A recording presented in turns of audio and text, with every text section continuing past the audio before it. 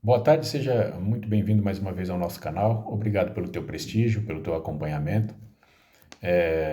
Quero mais uma vez pedir que você se inscreva.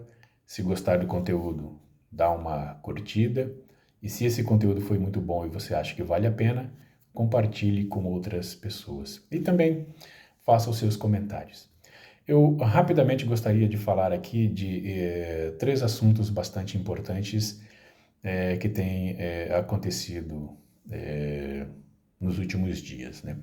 Um deles nós já temos martelado várias vezes aqui, que trata-se do famoso, esperado e aclamado relatório do Ministério da Defesa a respeito da fiscalização das eleições de 2022, ok? Outro assunto que eu gostaria de tratar era a respeito de um relatório do Banco Mundial que fala sobre a redução da pobreza extrema no Brasil.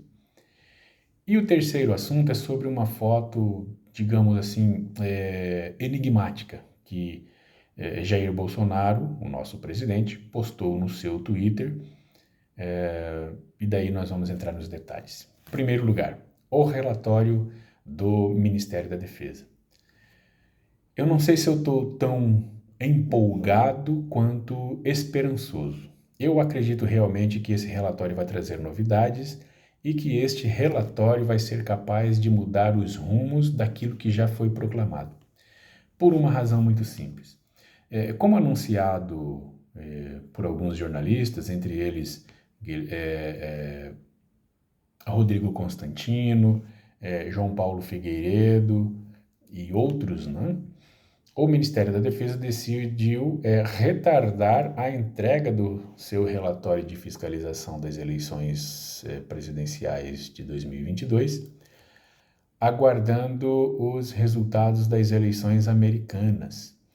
E ontem, por fim, o Ministério da Defesa publicou uma nota informando que entregaria o relatório feito pelas Forças Armadas ao TSE no dia 9, no caso, amanhã, quarta-feira, tá?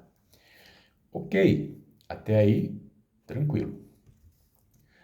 Só que é interessante observar aqui que alguns desses jornalistas, e os dois que eu citei aqui, Rodrigo Constantino e Paulo Figueiredo, disseram que o Ministério da Defesa decidiu que entregaria o relatório somente depois das eleições americanas. Observe, as eleições americanas agora estão tratando de eleição de deputados e senadores. Estão em disputa todas as vagas para o cargo de deputado e 2/3 das vagas para o Senado. Os especialistas estimam que os republicanos devem levar a melhor, perdão, dizendo. E, por fim, retomar o controle das duas casas legislativas. Isto faz com que Joe Biden seja enfraquecido, e em função desse enfraquecimento, porque vai ter um parlamento que o freia, ele não vai poder falar muito grosso a respeito das decisões que teremos que tomar aqui, se os relatórios, que volto a dizer, estou muito esperançoso, os relatórios das Forças Armadas que serão entregues, se eles forem capazes de influenciar e até alterar a mudança do resultado já proclamado, Joe Biden não vai ter muita força para se meter aqui. Segundo consta pela própria Fox News americana, através da CIA, Joe Biden influenciou na nossa eleição. E agora, a partir deste relatório das Forças Armadas, né, do Ministério da Defesa, talvez a gente tenha algumas informações a respeito dessas influências externas, essas intervenções externas, e também podemos ter alguns resultados que venham confirmar o que a maioria da população, ou pelo menos grande parte da população, suspeita é de que houve problema não só na totalização dos votos, mas na própria captação, tá ok? Então, muito providencial atrasar a entrega do relatório, e esse relatório, provavelmente ele vai trazer coisas desagradáveis para aqueles que são da seita do Santo Bite, ou seja, aqueles que confiam na urna como se ela fosse o próprio oráculo. Tira o poder de influência dos Estados Unidos nos nossos assuntos internos e corta um pouco do volume da voz do Joe Biden, uma vez que o parlamento americano deve ser renovado e vir com uma maioria, e não é uma maioria simples, mas é uma maioria qualificada republicana. E então Joe Biden teria que baixar a bola diante dos resultados que nós temos aqui e não teria como nos forçar a aceitar o inaceitável. Segundo ponto, relatório do Banco Mundial sobre a pobreza no Brasil. É importante informar que a pobreza no Brasil vem sendo medida desde 1980. O Banco Mundial informou que nós tivemos uma redução desta pobreza extrema de 11 milhões e 300, salvo engano, para 4,117 milhões, ou seja, nós tivemos uma redução aí da ordem de 60%. E diz o texto do Banco Mundial que a pobreza extrema no Brasil foi reduzida à mínima histórica, ou seja, durante todos os governos que passaram no Brasil, desde o chamado processo de redemocratização até 2020, o patamar mais baixo de pobreza extrema no Brasil ocorreu em 2020, ou seja, ninguém combateu a pobreza, ninguém combateu a miséria, ninguém combateu a fome, ninguém combateu a desigualdade social e ninguém fez melhor distribuição de renda do que o governo Bolsonaro. Nem o fim do governo militar, que termina ali por volta de 1984, e nem os governos ditos democráticos, somados todos, conseguiram reduzir tanto quanto o governo Bolsonaro conseguiu em um ano. E isto por obra e graça de Deus, que iluminou aquela equipe econômica maravilhosa que nós temos e que fez um trabalho sensacional de, durante a pandemia, encontrar pessoas que o Brasil não sabia que existia.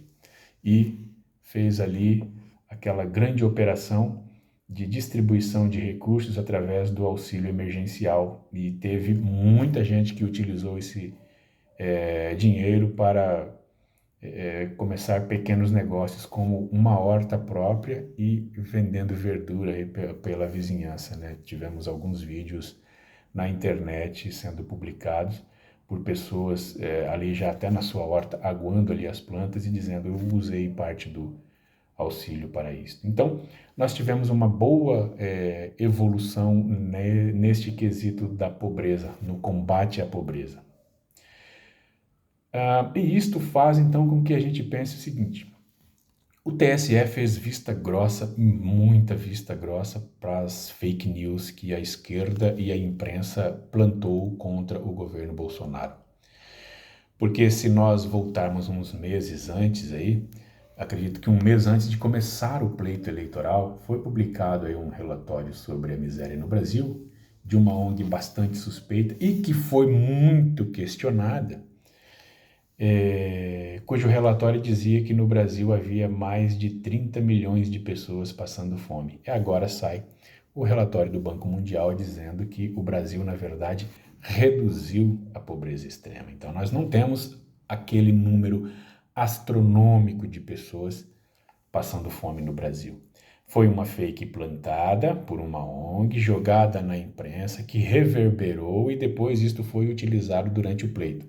Uma fake news que influenciou até na captação de votos. Sem contar os institutos de pesquisa que fizeram aquelas pesquisas mirabolantes com diferenças de 15%, 14% ou pontos percentuais de vantagem para Lula em relação a Bolsonaro, e a gente termina a eleição com coisa bastante diferente, né?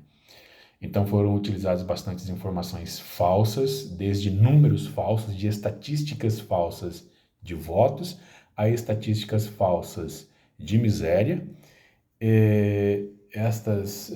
Esses números foram usados negativamente contra o Bolsonaro e influenciou nas eleições, sim, influenciou nas intenções e, por fim, na confirmação dos votos, sim, influenciou.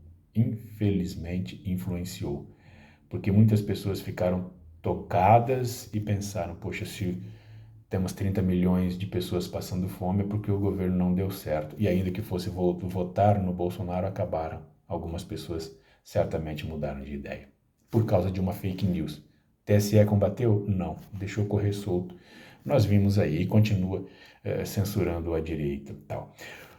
O terceiro item aqui a se trazer a lume é uma foto que o Bolsonaro publicou no seu perfil de Twitter, ali por volta das 14 horas de hoje. Eu tomei conhecimento, tinha uns 20 minutos de publicação. Ele publicou uma foto que foi tirada do palco lá no Maracanãzinho, foi montado para o lançamento da sua candidatura.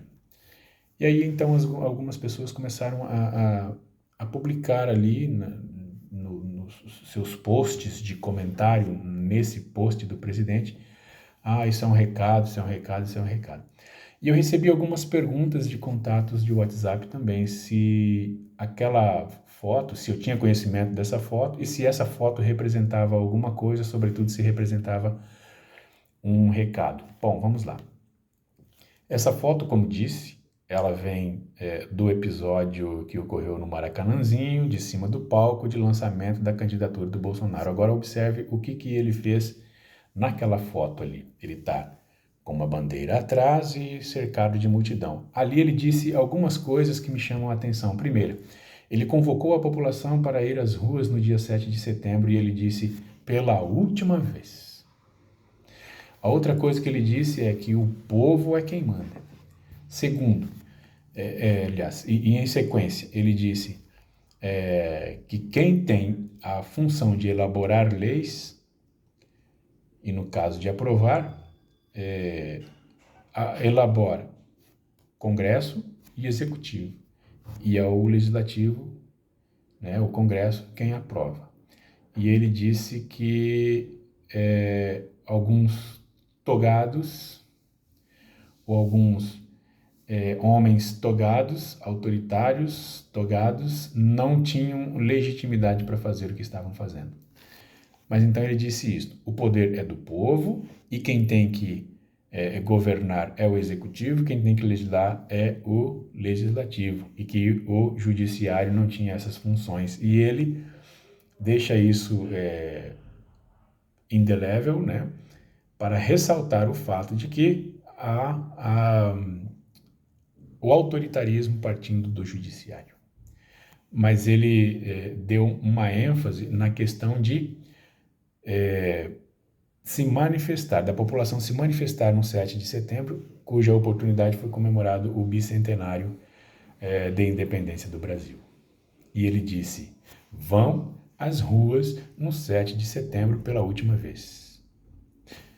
Diante das informações desse discurso que ele fez, a conclusão é óbvia. A ida da população às ruas no 7 de setembro realmente foi pela última vez. E agora, certamente, com o relatório que ele tem, ele então tomará a providência que ele teria em mente quando convocou a população para se manifestar no 7 de setembro. Tá? Então, eu não acho que este recado que ele deu com esta foto é de uma reconvocação da população, porque a população já está na rua. Para engrossar o volume de pessoas na rua, não acredito, porque ele disse que o 7 de setembro seria a última vez que o povo necessitaria se reunir e se aglomerar e demonstrar força. Fora isso, alguns outros vídeos ele tem deixado algo assim bastante animador no ar. Ontem, por exemplo, ele disse que hoje, que seria o dia dele fazer live, não teria live, mas ele faria uma coletiva de imprensa e apresentaria alguns dados, algumas bombas sobre eleições de 2014 e de 2018. Vamos aguardar. Tomara que eu esteja certo e que o 7 de setembro foi a última convocação necessária para dar-lhe respaldo a fim de que ele possa tomar as providências necessárias. Tá certo aí, pessoal? Um abraço e até amanhã, se Deus quiser.